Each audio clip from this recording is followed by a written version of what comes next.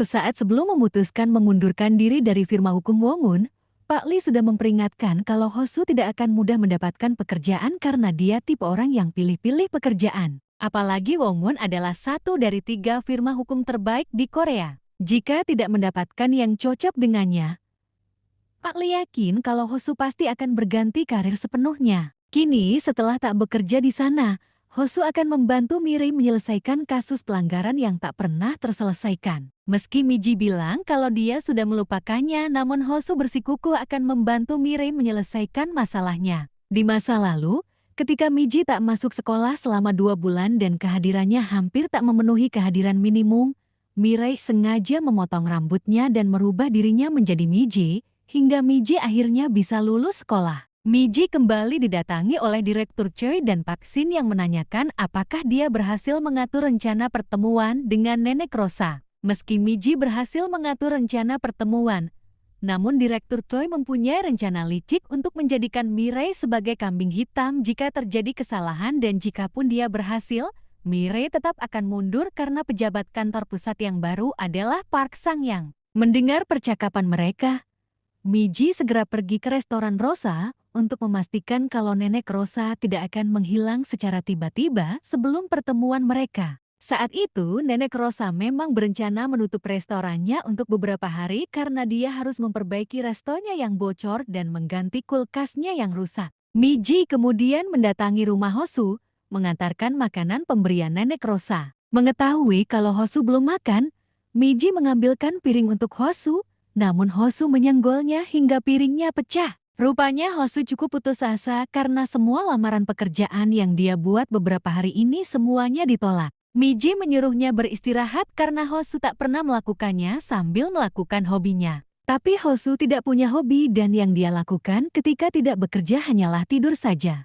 Miji tidak mau jika Hosu hanya memikirkan hal-hal tak penting sepanjang hari. Karena itu dia mengajak Hosu keluar dan melatihnya merajut, sembari menasehati Hosu bagaimana menjalani kehidupan setelah tak lagi bekerja di firma hukum Wongun. Hosu bertanya-tanya kenapa Mirei begitu baik padanya dan perilakunya tak seperti biasanya. Untuk mengalihkan fokus Hosu, Miji menunjukkan kekesalannya karena Hosu pasti akan kembali membandingkannya. Di kampung, Sejin mulai penasaran dengan latar belakang Miji yang mempunyai saudara kembar dan bekerja di Seoul. Dia juga mulai menanyakan untuk urusan apa Miji pernah tinggal di Seoul selama 3 tahun. Setiap kali mendapatkan pertanyaan dari Sejin, Mirei lebih memilih mengubah topik pembicaraan dengan bertanya balik kepada Sejin.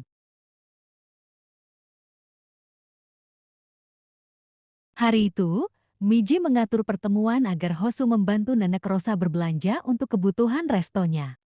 Tiba-tiba ibunya menelpon dan Hosu bilang kalau dia sedang bersama kliennya. Bun Hong yang saat itu sedang pergi tamasya bersama teman-temannya, mendapat tantangan untuk menelpon seseorang yang akan mengucapkan kata "aku mencintaimu" dari seseorang. Beberapa kali Bun Hong mendesak agar Hosu mengucapkan kalimat itu, namun yang terjadi adalah Hosu justru bilang kalau dia sudah berhenti bekerja. Tentu saja Bun Hong sangat terkejut mendengarnya. Sementara Nenek Rosa yang mendengarkan percakapan Hosu dan ibunya yang bilang kalau dia adalah kliennya, menawarkan agar Hosu menjadi pengacaranya. Karena kini telah menjadi wali hukum bagi Nenek Rosa, Hosu pun menyuruh Miji mempersiapkan proposal pembelian sebelum pertemuan mereka. Miji bertanya kenapa hal ini dijadikan masalah besar padahal mereka adalah teman. Miji tidak paham kalau persahabatan dan pekerjaan adalah sesuatu yang berbeda. Jiun tiba-tiba menelpon Hosu berterima kasih karena Hosu telah membuatkan reservasi untuknya hingga wawancaranya pun berjalan lancar.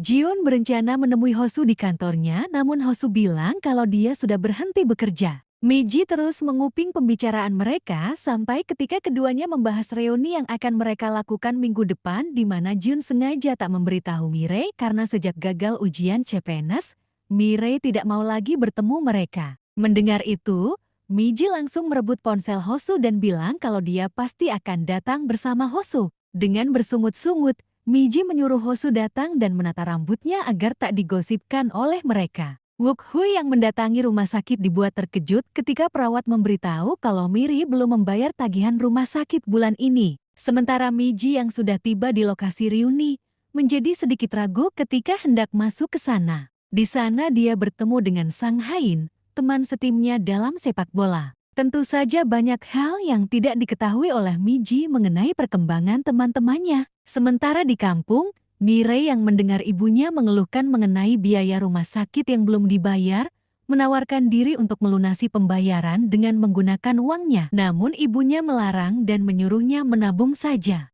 Hosu tiba di tempat itu dengan rambut tertata rapi dan dipuji teman-temannya karena ketampanannya. Namun setelahnya dia dicerca dengan pertanyaan tentang pekerjaannya. Jiun bercerita kalau Hosu baru saja keluar dari firma hukum Wongun. Topik kemudian berpindah pada Miji yang tak hadir di sana. Mereka mulai membicarakan aktivitas yang dilakukan oleh Miji setelah gagal di dunia atletik. Seorang teman bercerita kalau dia pernah melihat Miji mengangkat barang di toko dan menjadi tukang sapu di desanya dan seharusnya menikah dengan Jonggu. Miji tak bisa berkata-kata, hingga Hosu mempertanyakan kenapa mereka membicarakan orang yang tidak ada di sana. Begitulah reuni itu, bagai sebuah ajang pamer kesuksesan dan menelanjangi mereka yang kesulitan.